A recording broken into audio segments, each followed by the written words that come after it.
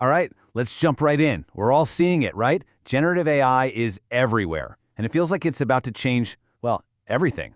But today, we're going to dig into some really groundbreaking research that puts a giant question mark over this entire AI boom. And there it is. That's the question at the very heart of what we're talking about today.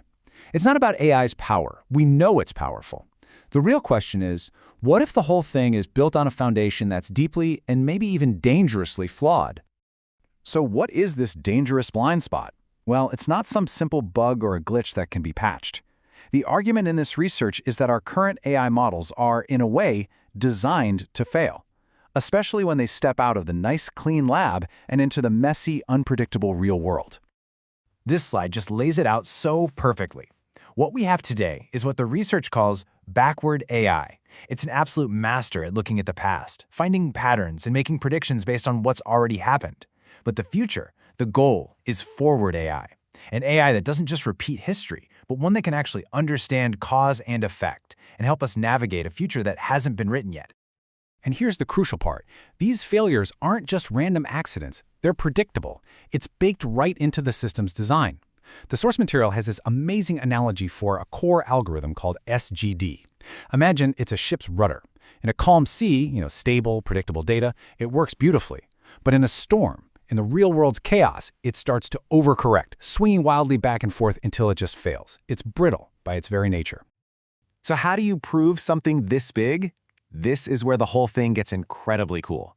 The researcher behind this, Dr. Yogesh Malhotra, didn't just stand on the sidelines and critique AI. No, he turned AI into its own harshest critic. The method is called a multi-AI agents meta-analysis, and it's as fascinating as it sounds. He basically prompted the world's top AIs to write detailed reports on their own biggest weaknesses. They analyzed their own core programming, and then all those responses were synthesized into one single unified critique. So the AI wasn't just the thing being studied, it actually became a co-author of its own diagnosis. And look at who was involved. We're not talking about small-time players. You've got Grok, Copilot, ChatGPT, Gemini. These are the heavy hitters. This was a massive undertaking, where basically the smartest machines on the planet all came to the same conclusion about their own fundamental limits. But here's the good news. This work doesn't just point out a huge problem and walk away. It offers a solution.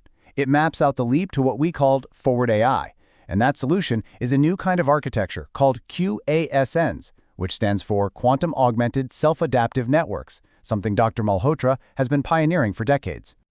Okay, I know, that's a mouthful. Quantum Augmented Self-Adaptive Networks. But let's break it down. These are systems built from the ground up to do exactly what backward AI can't: handle the messy, dynamic, uncertain future. And they do it by combining three really powerful ideas. Pillar number one is quantum augmentation. So think of it like this. Regular AI walks down a single path, one step after another. This new approach, though, uses ideas from quantum computing to explore all possible paths simultaneously. It can see millions of potential futures all at once, which gives it a level of agility that is just mind-blown. The second pillar, human-centered meaning, is maybe the most important one. This whole framework isn't about replacing us. It's about putting human intuition, our creativity, our ethics, right at the center of the system, guiding everything the AI does. It's designed to make us smarter, not to make us obsolete. And pillar number three, self-adaptation. This means the system can learn and change on the fly, in real time. Unlike current models that are rigid and brittle, this system uses some pretty wild quantum properties to build connections that are incredibly robust. That makes it super resilient, able to adapt to change, and even defend itself against attacks. So what does this all mean for you and me? Well, this gets to the biggest takeaway of all. Instead of a future where humans are pushed to the side, this research paints a picture of a future where our most human qualities, our intuition and creativity, become the ultimate upgrade for AI. And the term for this is just fantastic: quantum minds. It's this idea of a powerful partnership between our human imagination and the sheer computational power of a quantum-augmented AI. The machine crunches the insane complexity, but we provide the creative sparks, the ethical compass, and the real-world wisdom. You couldn't ask for a better way to put it. This quote from Einstein, which is actually cited in the research, just nails the whole idea. Knowledge is about what we already know. That's what today's AI has. But imagination? That's about creating what comes next. And that's our superpower. So who is the person behind all this incredible body of work? From defining backward AI all the way to quantum minds is the result of decades of research and innovation. And for the final word, the final validation, let's just see what one of today's most advanced AIs has to say about that legacy.